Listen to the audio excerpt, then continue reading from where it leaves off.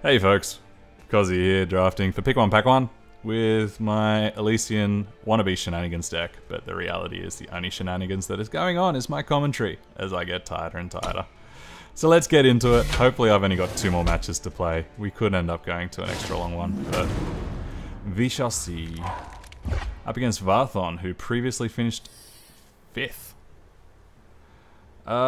So we're on the play, we're short, we don't have much to do unless we draw more power, even though we can cast a turn 2, I don't like this hand. Unlike the other one where I had card draw, which could help me out of it, I don't here. And I also have a 7 drop, which is effectively missing 1 whole card from my hand.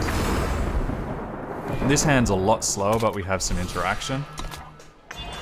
So hopefully if we just draw something relatively cheap, we should be okay.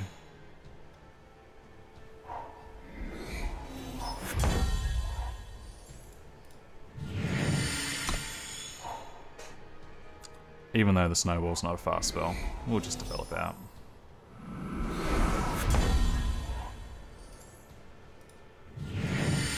So we didn't draw any of our cheap cards. We have a slight problem that if we use our Avasor and we haven't drawn a power next turn, then we could also not draw power the following turn.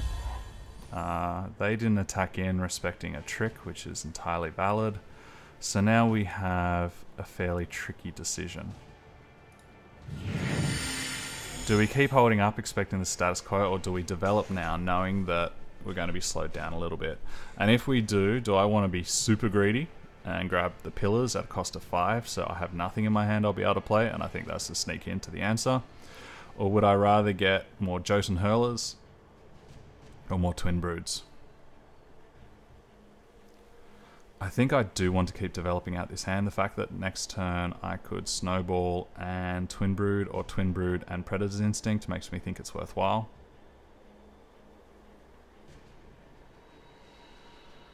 And I think out of the 2 of these,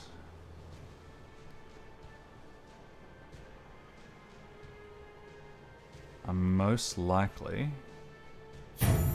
I think I'm actually most likely to want the Jotun Hurler. I think the Snowballs have a higher chance of giving me an extra utility other than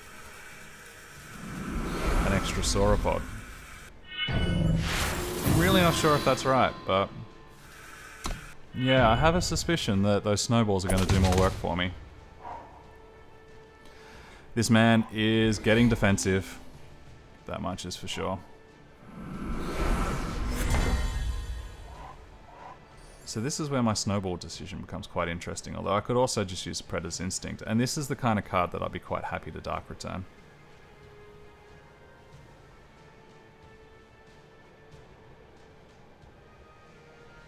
Yeah, okay, I've talked myself into it.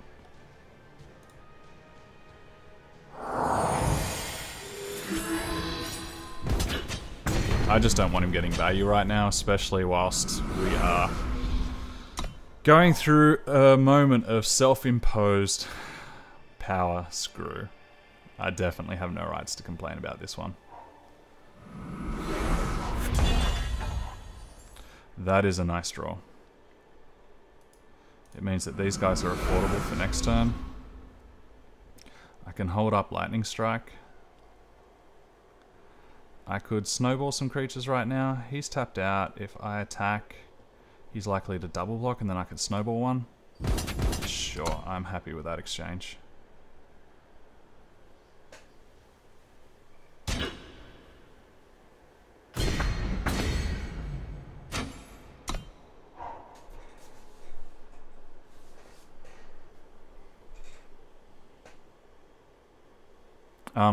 In my tired malaise, this is the moment of confessional, where I sheepishly peer over the ledge. But in my tired stupor, I forgot that he doesn't have Echo, he just has Fate. And in so doing, I made the pretty cardinal sin of assuming I was going to get another one. Yeah, hi, how's it going? I'm Kozzi, apparently I know what I'm doing. Hang around all week and you can watch me stuff up again and again and again. Anyway, this aside, I can kill this now with the Snowballs. Not super efficient, but these were free cards, and this is a good card to be killing. I can cast my Twin Brood. and start attacking in. If I use my snowballs, I can still hold up a lightning strike, which is appealing.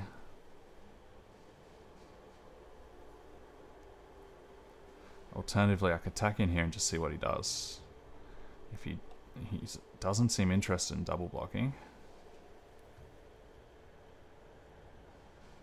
then I can't use my double snowball trick.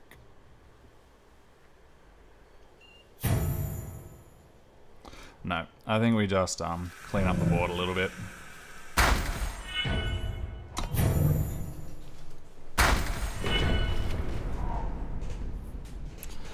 And what I'd like to do more than anything else right now, is to draw a primal sigil followed by any other sigil, so I can start having fun with my Pillar of Amar, because that will shut the door on this game relatively quickly.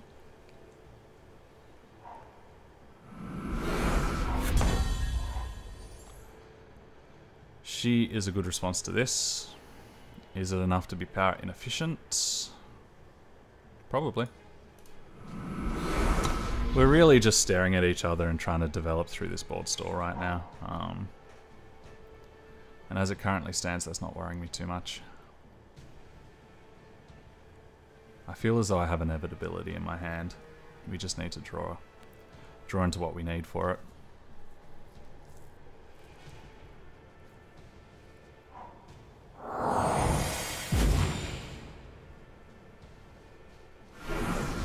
That actually shows a bit of respect. Do I want to use up my flyer?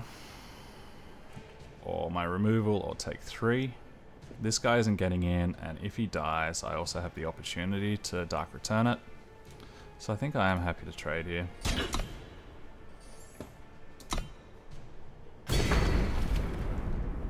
Could mean that this becomes a problem if they start to put some equipment on it.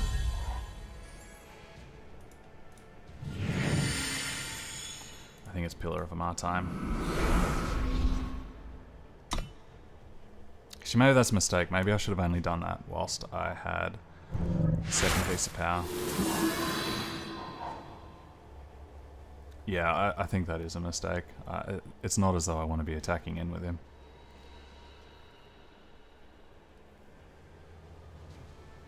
Yeah. As I said, guys, here's Brain Dead Kozzi. Hey, how's it going? The important thing though is when you do make these mistakes, you want to be able to catch them and you want to be able to make sure you don't do them again. And this mistake is that I'm playing whilst I'm tired because I wanted to have some fun and to blow off some steam. It's not the worst mistake in the world to make, but that is a pretty big part of the explanation of this. If I attack, they'll block with the 06, not super exciting. Let's just keep developing out.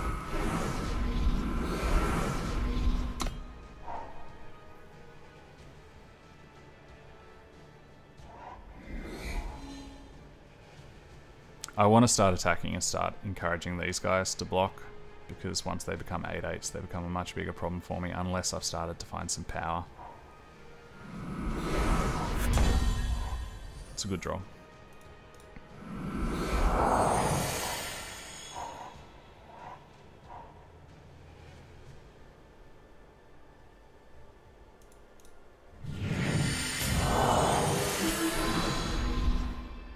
Fortunately, that 4/6 is going to be a bit of a pain for me.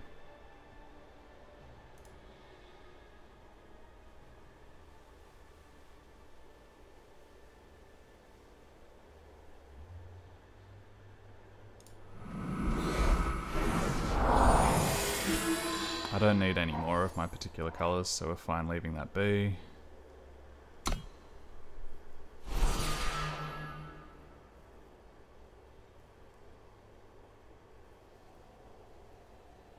But at least now, once these guys become 8/8s, I'm actually okay double blocking or whatnot.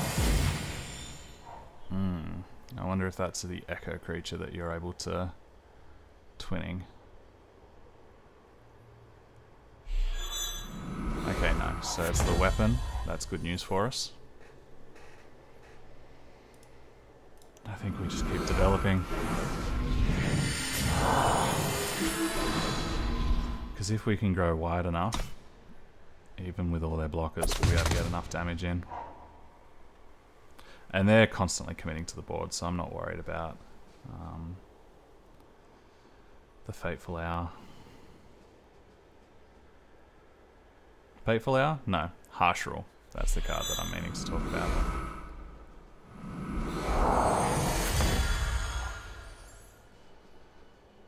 I would rather have a 5/5 over a 2/2.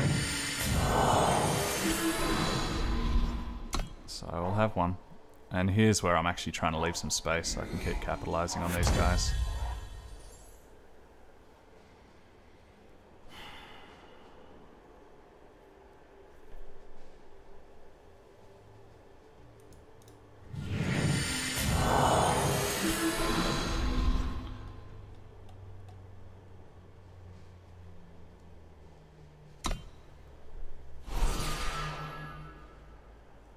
These big butts are getting in the way.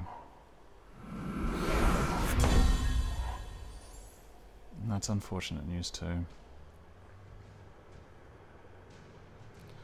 I think what I need to do... Oh, they have endurance.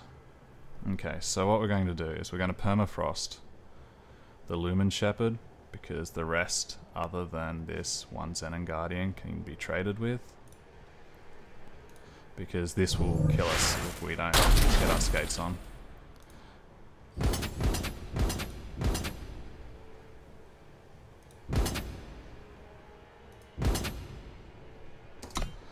And so we're just going to try and go around them, represent some huge attacks. And what it is in effect it's a chump attack every turn for a 5/5, but those 5/5s are free. They're basically what I get by virtue of drawing a power. So I have no issues chumping one of those a turn. The only thing I need to be aware of is their swing back. Swing back could well happen if they draw an extra power. But what this also means is they put on notice on how low in life they are. So they have 1, 2, 3, 4, 5, 6 creatures. 1, 2, 3, 4, 5, 6. So that's 5, 7, 8 damage. Not enough to quite represent lethal. But I do want to keep developing. So they have a choice of either pumping up the jam on one of these guys or playing their 5/5. I think I'd prefer for them to play the 5/5, to be perfectly honest. Shimmerpack! Wow. I was not anticipating that. That really does change the dynamic of this game then, because I won't be able to make any more 5/5s. Yeah, that's sweet. That's really interesting.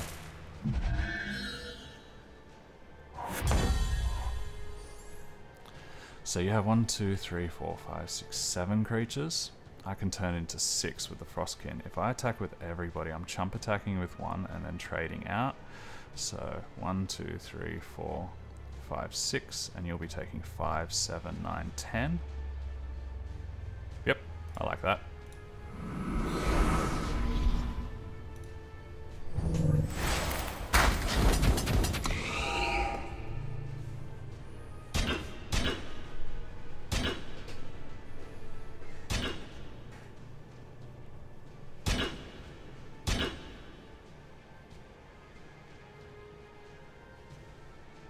They can't afford to get greedy here and go for too many expensive blocks because it'll just take them too low.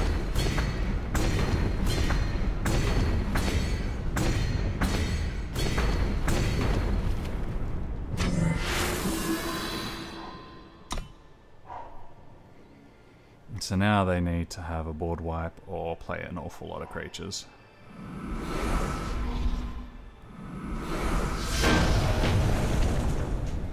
Wow. I'm not the best at board stalls. I know that there's a lot of players at my local store who play them out better, and that Shimmerpack really changed things. I don't know whether it was the right decision to Shimmerpack the 3/3, although I guess they were aware that they had to keep using their power just to keep developing out the board. And so it was just one of those of they're probably never going to be able to turn into an 8/8. Sweet game though. Shimmerpack in limited. There you go. Sweet, sweet game. That was fun. Well, let's see if we can go 7-1. with Brain Dead Kozzi and super efficient mid-range deck. I'm now even talking about myself in the third person. Dear, oh dear, oh dear. I'll tell you what, I think I'm going to have a fun draft after this one, which I'm probably not going to do very well in, but it's just going to be a bit of fun, and I'm definitely not recording it, no matter how sweet the deck looks. I'm sorry guys, but that one is going to be just for me.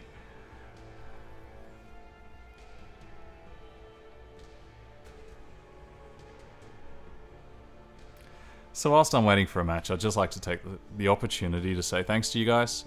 I know that the last couple of matches of drafts probably have the most hardcore reviewers. It's generally the introduction to draft, and then the actual drafts are super popular, and then it tails off just a little bit because it is an hour and a half time investment. I can respect that, especially once we get to these last few matches. But I'd like to say thank you. We hit our 50th subscriber earlier this morning. And considering that less than a week ago I was making a joke about going up from number 5 to number 6, that's astronomical. And I have been so impressed and so appreciative of the feedback I've gotten, and of the way that people have both treated me and each other. I've got to admit, I did have a slight fear in doing this, that I was perhaps lurching into the troll's den of what the internet and YouTube is so famous for. But it's been awesome. And I have been so encouraged by people talking about their experiences of improvement, or giving constructive criticism, or even just saying thanks. And so this is my opportunity to return the favor, is I too would like to say thanks, because it's encouraged me no end. I've actually looked forward to checking my emails in the morning to see what new has happened. And that was a delight that I wasn't anticipating with this. I originally thought the fun of it would just be in having a chat and making a video and being a bit of a galah on... A galah, sorry. For you guys who aren't Australians, being a galah means being an idiot. And don't say it as though it's this new Australian term. It's something that people say on Home and Away, and it probably should have never passed through my lips. But I thought it was just going to be me being like this, making a couple of jokes, having a bit of fun, and I should have waited until his turn for that, but I'm too busy chatting and saying my thanks. Yeah, fair call. So yeah, I've been really appreciative. I've really enjoyed the experience of providing this content for you guys, and so thank you. I said it very quickly in the introduction to draft video because it's on the forefront of my mind then whilst I was improvising in front of a mic, but I'd like to take this. We've played this guy before. I'm pretty sure we have. Well, I've learnt my lesson, mate. I am not giving you easy card draw and getting rid of a redundant creature. I am better than that. Do I want to Frostkin or cast 2 2-drops? This 2-drop is vulnerable to my Lightning Storm. This one isn't, and I don't have any creatures that will benefit from it yet. I think we just freeze it. Yeah, I don't want to expose this right now.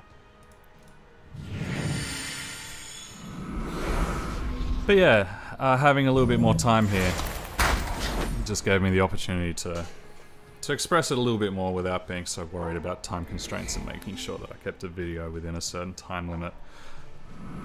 So, yeah, thank you very much, guys. Greatly appreciated. This was the guy who I remember seeing have the +2/+2 unblockable equipment. So I feel as though I want to take my victories whilst I can.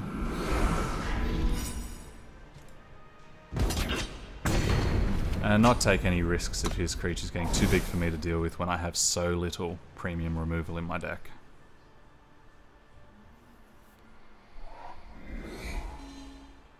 Poor old Fen Bloodcaster, he's probably not used to the view from up there. Doesn't bother me too much though, we can get rid of him eventually.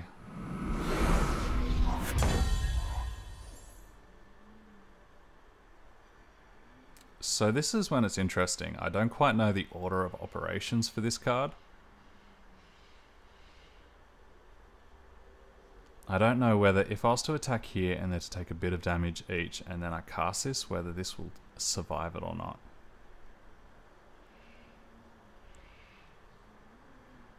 It really depends on whether another unit dies. Does that happen before or after it takes damage? I imagine they'll die at the same time. If If I attack here, it could block, which will kill it, so I think we'll just attack with the flyer.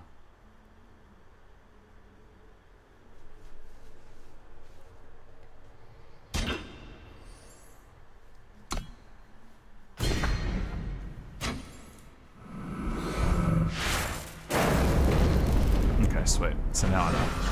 And that is a 2-for-2 exchange. I didn't get a lot of value out of it, but I'm on the beat down. I got rid of 2 of his powerful cards. Yeah, okay. Mediocre card as well as my best piece of removal. But this also then sets me up so I can start getting a huge amount of damage in and causing very significant problems for him. If I'd drawn a power, I would have been tempted to Dark Return that Sky Wyvark, but instead I think we'll just get in.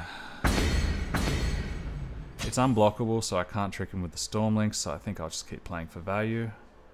I could choose to Sauropod Wrangler and Wisdom, giving me a better chance of drawing the extra power I need, and I could Twin Brood next turn, but he's so on the ropes.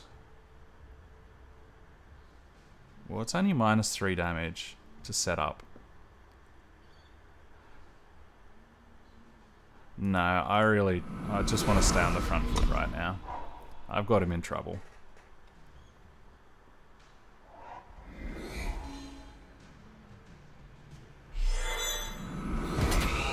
That's not bad. It's not bad at all. So we attack in and trade.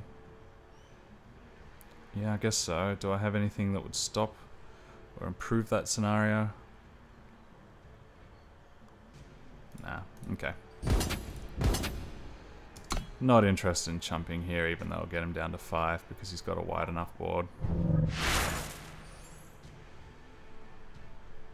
Yeah, okay, you got it.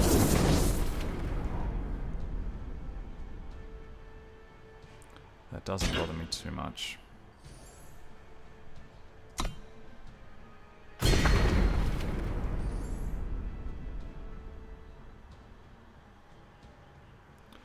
So I don't even have the Shadow for Dark Return. What am I talking about?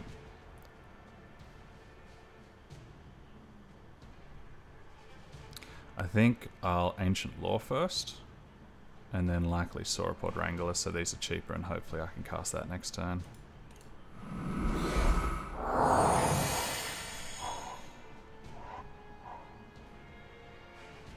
Does that change anything for me? Not particularly.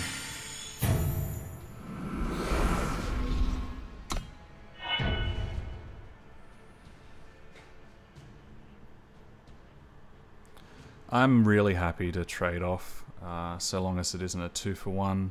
The idea being, you can see his hand there with 2 cards, and I'm soon going to be going up to an extra +1 and getting some extra return because I'm most likely going to be bringing back this Twin Brood Sauropod. And I'm pretty certain that because it says draw a unit and Echo is when it's drawn, I'll be getting 2 copies of it.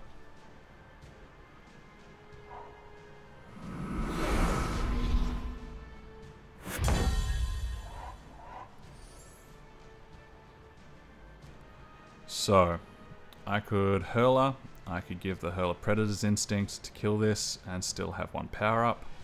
I could Twin Brood Sauropod, give it Predator's Instinct, and still have 2 power ups so I can ambush the Stormlinks. That seems like the best. And if I'm really lucky, and this one dies, this can be the one that I return, so I get a pair of them that also have kill up, which will make life exceptionally uncomfortable for my opponent. I'm not so greedy as to want to kill my own one for this purpose, especially whilst I don't have Shadow, but it's a nice upside to contemplate. I can't imagine you do want to attack here, okay. Surprised at that, to be honest.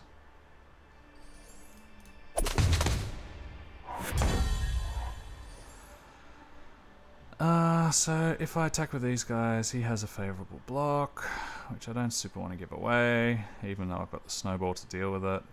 Although, I still get 5 damage in, which represents lethal next turn. So perhaps I do. If if I play the Wisdom of the Elders, I can draw 2. If I draw power, I still have that option otherwise. Yeah, I think I want a Wisdom first. I want to see what extra cards I have access to, what my possibilities are, and the answer is not a huge amount.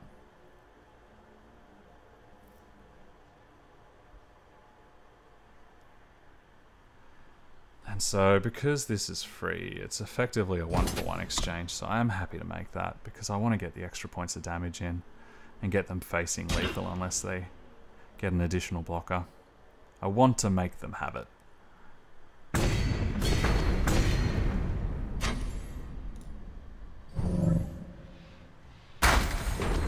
Given that I have 7 currently, I don't want to use my power in case I draw my pillar. And now they're in a situation where they need to have an extra creature because they'll be having 1 blocking the Twin Brood Sauropod, and then I'm representing 6. They need to be able to block the 3 or the 2 power creature.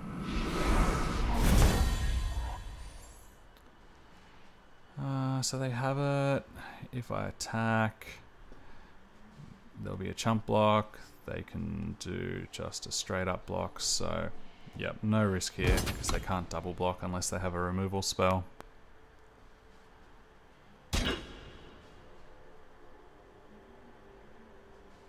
Then you have to block the 5/4.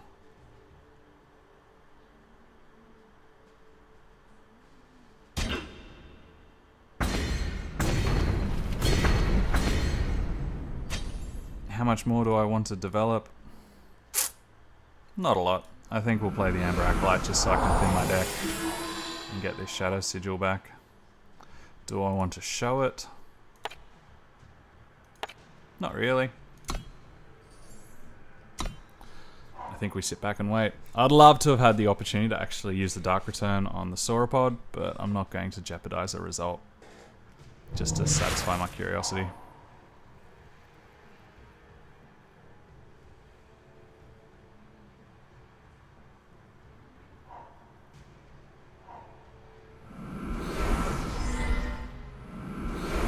And now all I'll do is I'll grab back my Frostkin to freeze it so you can't gain enough life to live.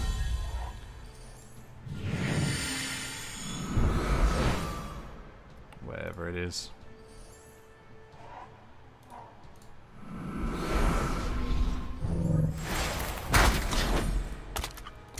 And there you have it, folks. Elysian Midrange did its job. I feel as though these were pretty representative games of what I wanted them to look like when I was planning it out in my head. Splash did its job.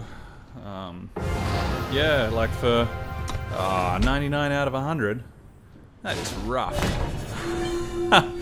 Oh dear. Okay, perhaps I won't do an extra draft tonight for the fun of it, because I do want to show you guys if I do happen to make it to Master. I feel as though you've been on the journey with me. I can't really cheat you guys with that. But yeah, this deck was really interesting. I thought that I was hoping to draft some classic Elysian shenanigans of drawing cards, echo cards, putting cards back on the top of the deck. The reality was the shenanigans primarily came from me. But, you know, that was fun. At least it was fun for me. I hope it was fun for you guys.